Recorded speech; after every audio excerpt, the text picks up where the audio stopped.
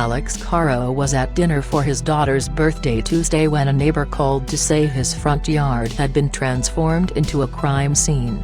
The 39-year-old returned to find his block in Kearns crisscrossed with yellow tape and swarming with police. Officers told Caro he wouldn't be able to stay there Tuesday night as the investigation continued, so the family headed to his sister's home a mile away. Earlier that evening, about 7:30 p.m., a gang-related shooting erupted outside a residence across the street from Caro's house at the corner of 5240 West and 5400 South. As the suspects fled in a blue pickup truck, they smashed into a white car traveling west on 5400 South, Unified Police Department officials said. The pickup rolled onto its roof in Caro's driveway, as the heavily damaged car came to rest against his garage door. UPD reported 55-year-old Lloyd Everett Pace and 50-year-old Tammy Lynn Woodard, both of Kearns, died at the scene inside the white car. Meanwhile, police scrambled to corral the suspects, 3 of whom escaped the overturned truck and fled on foot. "Unfortunately, some people died, that's what really bothers me," Caro said Wednesday morning, several hours after returning home. "Some innocent people had to die over some dumb stuff. Courtesy GoFundMe, mail to Lloyd Everett Pace and his fiancée, Tammy Lynn Woodard, were killed in a car crash that followed a drive-by shooting in Kearns on Tuesday night. Police said as 4 suspects sped away from the scene of the shooting in a pickup truck, they struck the car with Pace and Woodard inside. Courtesy GoFundMe, mail to Lloyd Everett Pace and his fiancée, Tammy Lynn Woodard, were killed in a car crash that followed a drive-by shooting in Kearns on Tuesday night. Police said as 4 suspects sped away from the scene of the shooting in a pickup truck, they struck the car with Pace and Woodard inside. UPD Lieutenant Brian Lark said shots were fired from the truck into Caro's neighbor's house, where gang members were suspected to reside. No one inside the house was injured, but one of the suspects inside the truck sustained a minor gunshot wound to the upper leg. The car crash occurred shortly afterward. It was the second night in a row that shots rang out at the home. Neighbors said they heard gunfire Monday night, and police received reports of a blue truck fleeing the scene. However, no one was injured or arrested in that episode.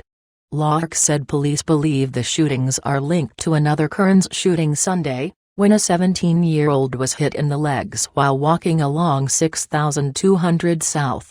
Authorities were unsure whether the one wounded suspect Tuesday night was hit by return gunfire from the house or was accidentally shot inside the car by another suspect, Lark said.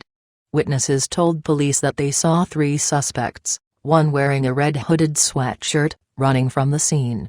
Officers, aided by police dogs, located and arrested 2 of them hiding in a neighbor's backyard.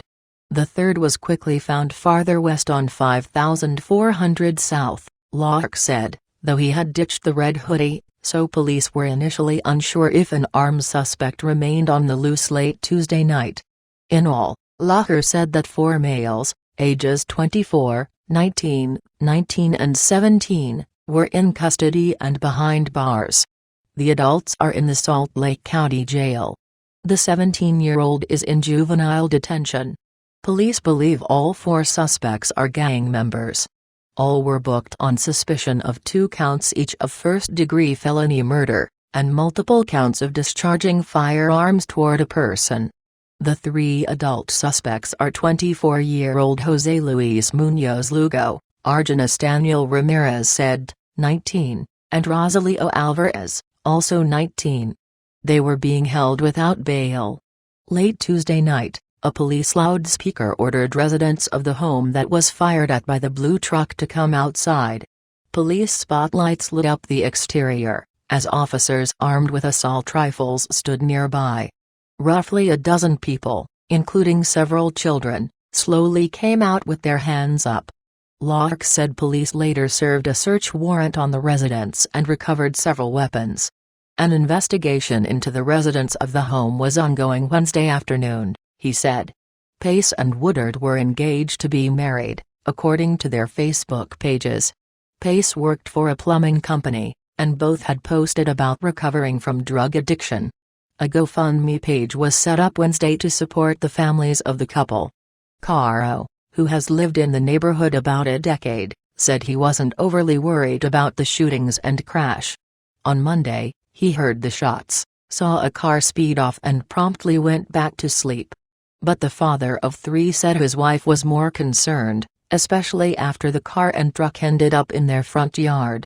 She mentioned possibly building a wall or fence, he said. Other neighbors also expressed concern Tuesday night. John and Ruth Ann White, who live across the street from Caro, watched Tuesday night as police combed the area. They have lived in the neighborhood for 38 years and said it is usually quiet. But sometimes, John White said, it gets a little rough and tough. He pointed to a home nearby where a drive-by shooting occurred many years ago. The couple also recalled a large gang fight that broke out about a decade ago. The rush of recent shootings is worrisome, Ruth Ann White said. You don't really feel safe anymore, she said. The Kearns Community Council said a community meeting to discuss gang violence would be held at 6:30 p.m. Thursday at Kearns High School.